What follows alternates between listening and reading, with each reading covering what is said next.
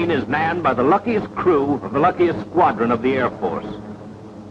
Their waist gunner is Trigger Joe. With him at his post, they can fly anywhere with complete confidence. For a gun sight, he uses a crystal ball. He fires by instinct.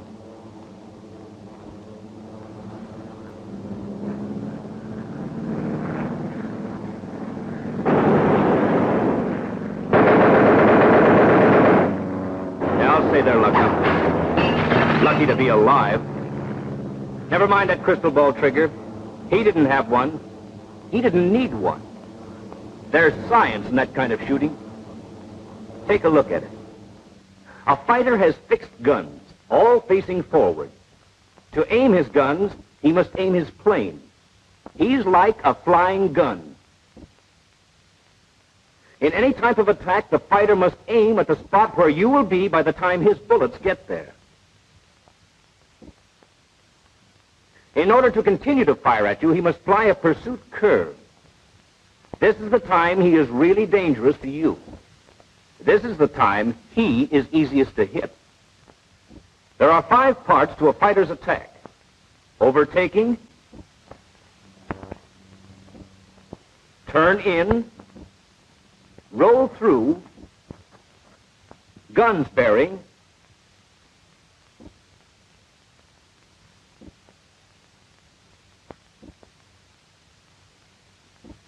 and breakaway. This is the pursuit curve. Now he is your target. To you, he will always appear head on. Not this. Not this, but this. And this. And this. He's in his curve. Head on, in range, shoot. Shoot?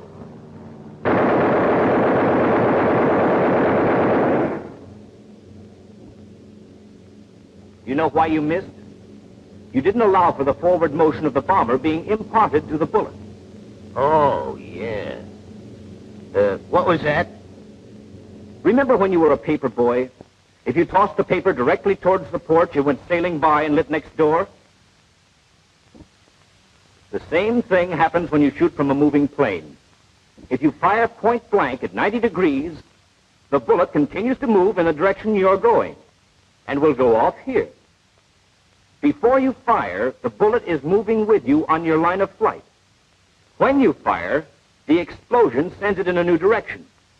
Upon leaving the muzzle, the bullet immediately turns and follows a direct path between them.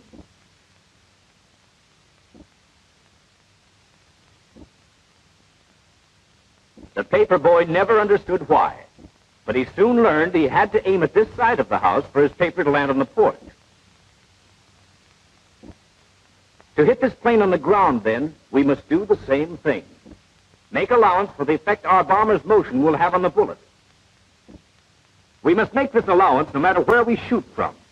Here, here, or here. This deflection is always between the target and the tail of our bomber. At only one point are we a target for him.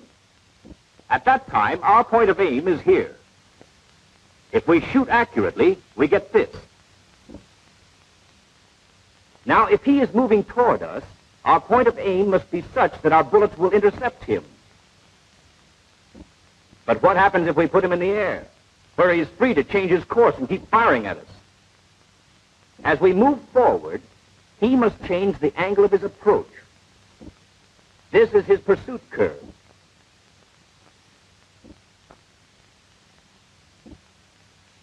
We apply the same principle of deflection we had for the moving plane on the runway. As long as he stays in his curve, we know where he will be and can intercept him.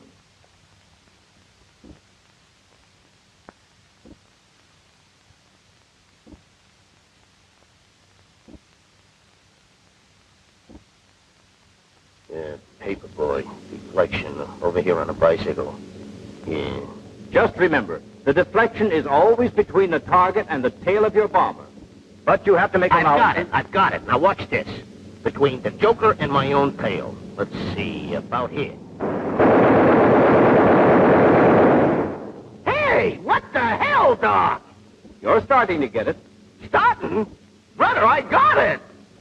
Your direction was right, but you had no correction of your deflection as the approach angle changed. For instance? We've seen that this amount of deflection is right for a plane straight out at 90 degrees to your fore and aft axis. And when he's dead on your tail, you can shoot straight at him. So at any other angle, the deflection must be somewhere between these two. Doc, nothing personal, but that don't look like nothing I ever seen in the air. Of course not. You're not conscious of the forward movement of either your bomber or the fighter.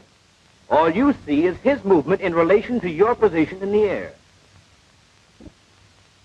He appears to slide toward your tail. I ain't seen nothing like that either. How about this? That I've seen. All right. This is just a bird's eye view of that attack. Here's the way you see it.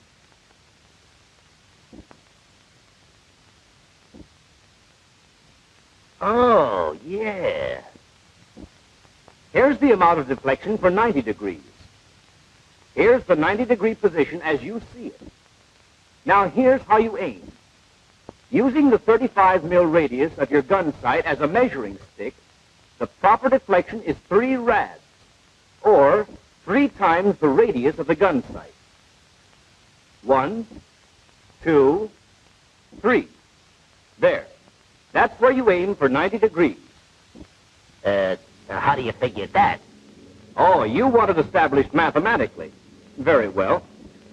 1,000 times the quantity 1 over v sub 0 minus v sub t sine 90 degrees over 2v sub 0 squared times v sub g sine 90 degrees minus 1,000 times v sub t sine alpha over v sub 0 times the quantity 1 plus a rho d sub rho v sub 0 equals 100 mils.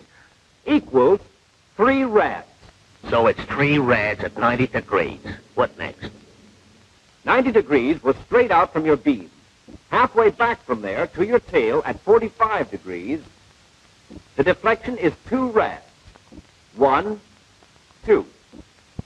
Any questions? No.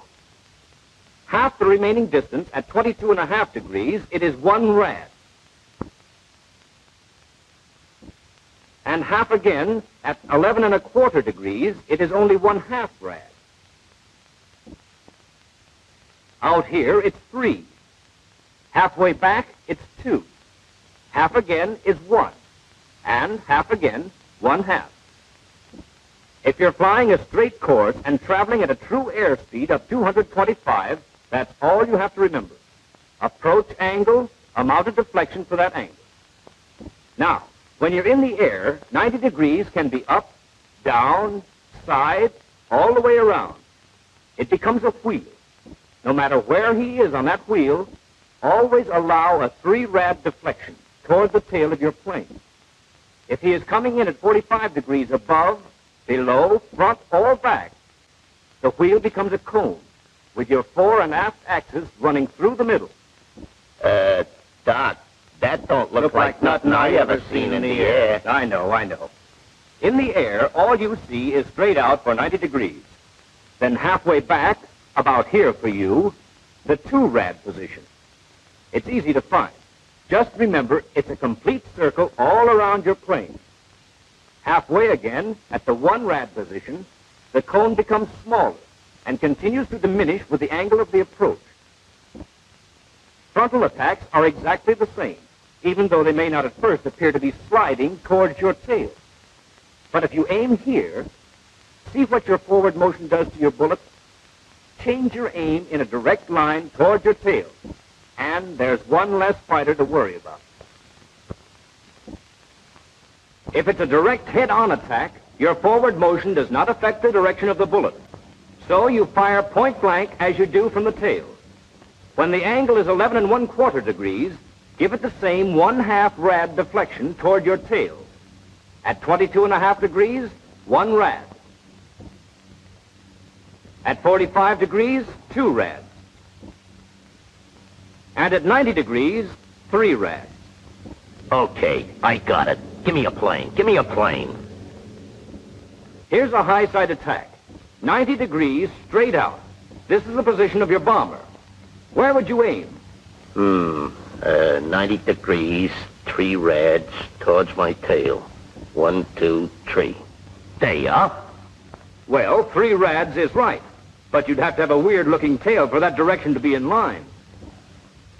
Take a line from the target to the tail that was built on the plane and put your sight on it. There.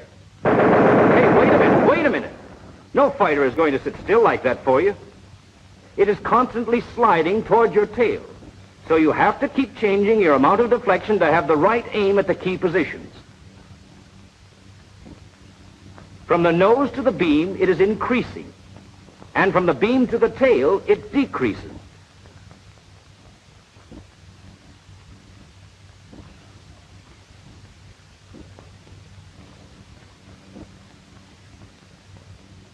Here's one last tip. As soon as he gets in range, fire a 2-second burst. Check your angle and fire another 2 seconds. Remember these 3 points. Shoot only when he is attacking you and in range.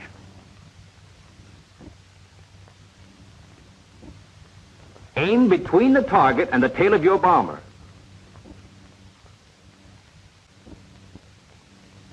Estimate the approach angle and apply the correct deflection. Now, that's the story. Think you can do it?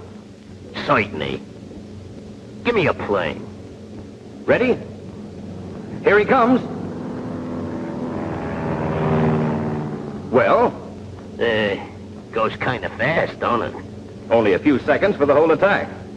How's for a chance to practice on a few, slower ones? Okay, if you're sure you've got it straight. Oh, I got it. I can talk it good. Let's hear you. Here's a plane. Well, first I figure is he an enemy plane? In this case, he is. Next, is he attacking? Not yet, but he looks suspicious. Yep, now he's turning in. I line him up and just wait for him to get in range. There he is, headline for me. Hold it! I got a lot of figuring to do with this spot. Now, I'm going this way. He's coming this way. It's about 90 degrees. Let's treat these rad things. On a line to my tail, and he's in range. I guess I can shoot. Okay, let him come. Hold it. That's 2 seconds. Yeah, now he's back here. Looks like about a rad and a half. Maybe a little more. There. Start him again. How'd I do? Didn't miss a thing. How about taking one full speed? Okay, why not? First, I gotta identify him. He's enemy, all right. Looks like the same guy. Maybe I'll get him this time. Now he's coming in. Gotta line him up, check the range, estimate approach angle, towards my tail, 90 degrees again, 3 rads over here, down here, start shooting. I'm going to shoot the 2 second range, check about a rad and a half, so I shoot again, keep the rhythm. Look, Trigger, look at the plane. It works. Well, I'll be a sad sack of...